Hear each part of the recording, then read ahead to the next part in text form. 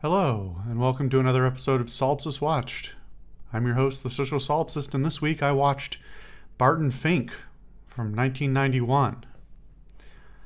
This is a movie that I stumble upon every now and then, primarily because, as I've mentioned in previous episodes and even previous videos unrelated, that I'm a big fan of the Coen brothers as writers, directors, and producers. I think they generally put out extremely good work. There is one exception to that, but I'm actually going to put a pin in that and come back to it because there's one movie I don't particularly love of theirs, and I've mentioned it before, but we're going to talk about it for related reasons at the end of this video, probably. Barton Fink is a movie that I don't think many people know very well. It didn't do very well in the box office. It was sort of in between. It was still relatively early, comparatively speaking, in the Coens' careers, and it didn't do well at the box office, and I can understand why. Structurally, narratively, tonally, this is a weird, confusing movie, more so than most of the Coen brothers' films. This might be considered a bit of a tonal spoiler, but I don't think it really is for anyone other than me. This is a movie that is heavily metaphorical. And that's not unsurprising from the Coens. It's also deeply sort of self-referential in terms of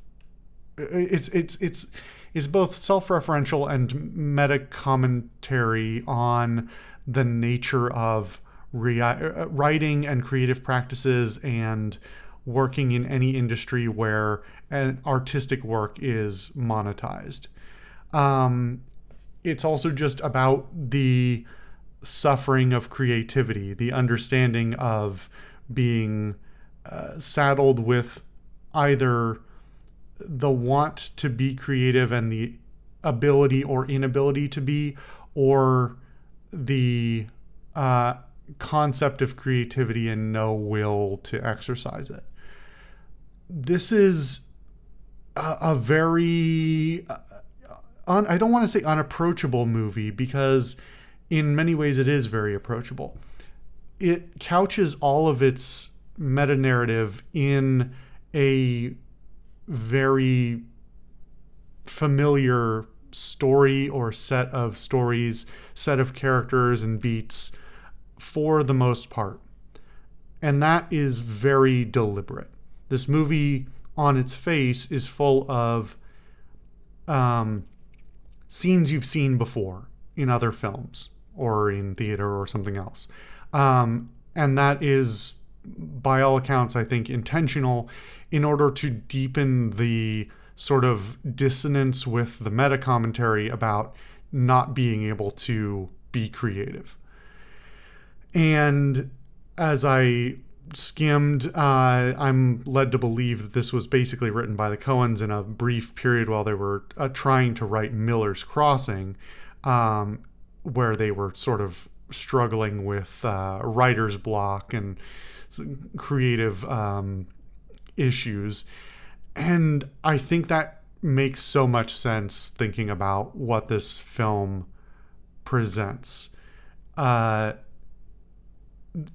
its face, when you're watching it, it doesn't necessarily... There are things immediately, especially if you know it's a Coen Brothers film, that start to look a little bit metaphorical. But it really very deftly allows you to notice those things and acknowledge them, and even kind of hit you over the head with a few of them in their lack of subtlety. And yet, even at the end of the film, it is sometimes hard to identify where metaphor starts and ends and where reality starts and ends. And that, I think, again, is a deliberate choice on the production side to sort of blur the lines of understanding of at what point are we talking about a real person and a real struggle versus sort of a representation of a person and a representation of a struggle? What's the difference between portraying a real human being in a piece of media versus a character? And there's so much I could start to just ramble on unpacking about that, but I'm sure many other people have done it more and better than me. I just think it's really interesting as somebody who considers themselves to be creative. And I think for anybody who does, this is a good film, a very relatable film to watch, of understanding the sort of seeing a representation of what it's like to want to express your creativity and having to express your creativity when there are pressures on you. Whether that is just, whether that is very literal, like somebody's expecting you to do something so that they can pay you for that work or something like that, down to the like very personal, like internal suffering of feeling like you have something to say or produce, but being unable to get in touch with the creative element that you're trying to see, and how that relates to being a person in a world that often doesn't really care about artistry or either as an art form or at all. That maybe they only see it as a money-making scheme, or maybe they see it as completely worthless. And so going through this film and watching the main character, John Turturro, suffer is so deeply like relatable and fascinating to me, to see somebody portray those internalized horrors. To stop sort of rolling in this, because I could do that forever, I want to talk more about the movie's production as well, because this also is like, this is a very inexpensive film. I think it was quoted at like $9 million for the budget, and that is, it's apparent if you're looking for it, but I think it makes very good use of the spaces that it does and the elements that it has at its disposal. Like many other films I've talked about before, sometimes, budget causes you to be inventive in how you produce things. And that doesn't mean that it can't do incredible things. In particular, I think there's a scene right near the end of the film that is gonna stick with me forever for its presentation. If you've watched the film, it's the scene in the hallway right near the end, where sort of the blurring of the literal, physical, and metaphorical lines all sort of come to a head. I adored that presentation of that scene, and it probably didn't cost a huge amount to do, but it's done so inventively that I really appreciate the thought that surely went into doing that the way they wanted it to make it look right and letting it have the right cinematic effect as a result. On the whole, while the production is like cheap, it's all done very well, and that is really, in a lot of ways, the Coens are always, for all their good production, they are the best at the writing and casting and direction of actors part of it. They are often the people I see get performances out of actors I never expected to see performances out of. This is an exception to that, I would say, only because the main cast are all people I know and think are generally very good actors. I will say, unfortunately, John Turturro does have a history in more recent cinematic history of being in a lot of really crappy films. But I think even in those crappy films, he stands out as a very quality actor. So it's a bit of a mismatch there. But especially him playing alongside John Goodman, who I think is an underrated character actor, who people often sort of forget about or sleep on. Their performances together are fantastic. Totoro plays off a whole bunch of other characters as well, and he's just fantastic throughout in this sort of out of his element, out of place, confused, distressed, constantly like not overplaying his character, but portraying this a certain level of naivete in the situations that he's in a way that isn't overblown or seems phony. So all of the acting together, coupled with some fantastic dialogue that does a great job of doing powerful characterization without, being too expository. It's hard to, give it excessive praise, if only because it's sort of what I have come to expect from these writer, directors, and actors. It's an unsurprising result in that way, I guess. But again, I understand why this didn't do well. Not everybody it's not the most approachable structurally.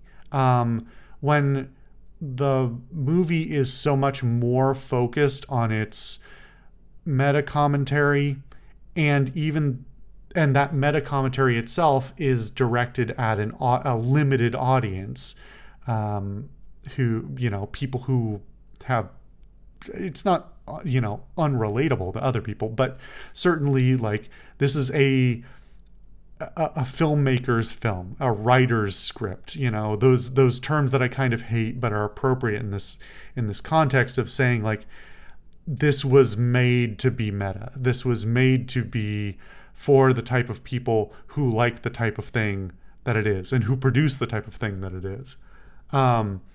So while it's very well acted and produced, and it's a smart script with funny and dark writing, and it does all these smart cinematic things, I don't think it's not satisfying. It's not satisfying at the end. That's really what I guess I would land on, is if you're only watching it for what's on screen, you're probably going to be disappointed. You're probably not the type of person that this is for. This is not a film for people who just want to watch a movie. It's for people who want to, like me, who want to overanalyze a movie and pick at it and think about it. And that's not supposed to be exclusionary. It's just some people just want to watch funny whatever, and in a weird way that's itself part of the narrative itself. A main part of the plot is about how Hollywood's most profitable films, even at this setting, this is a period piece as well, which is sort of a side note, even at the time, and going on and forever, Hollywood wants to make films that are profitable, and it's sort of there's a sort of self-hatred in Hollywood in particular, but in monetized art in general, of wanting to make something that is successful in terms of making money, but at what cost to artistry? At what cost to artistry, and what cost to the artist? What suffering is the artist put under to make something that they maybe just aren't happy with, or maybe deeply despise? It runs the gamut in that respect. So this is a really fascinating film, and for anybody who is like artistically inclined, even if your thing is not writing or filmmaking, I think this is a very interesting, appealing film, and will give you a lot to think about. It does get me again thinking about The Big Lebowski, which I have mentioned in previous videos. I really don't like that film, and it's not because it's like badly made. but I could never get through it.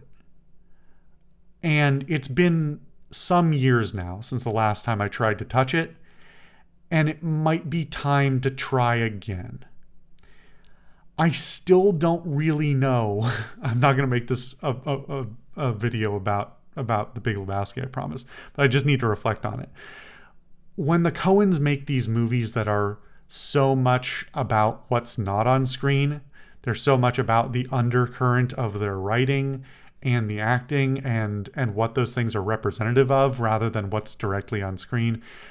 I know there are some beats in Lebowski that hit a similar type of tone of this isn't about what's actually being presented, it's about what it's representing in a creative process or in like the psychology of a human being.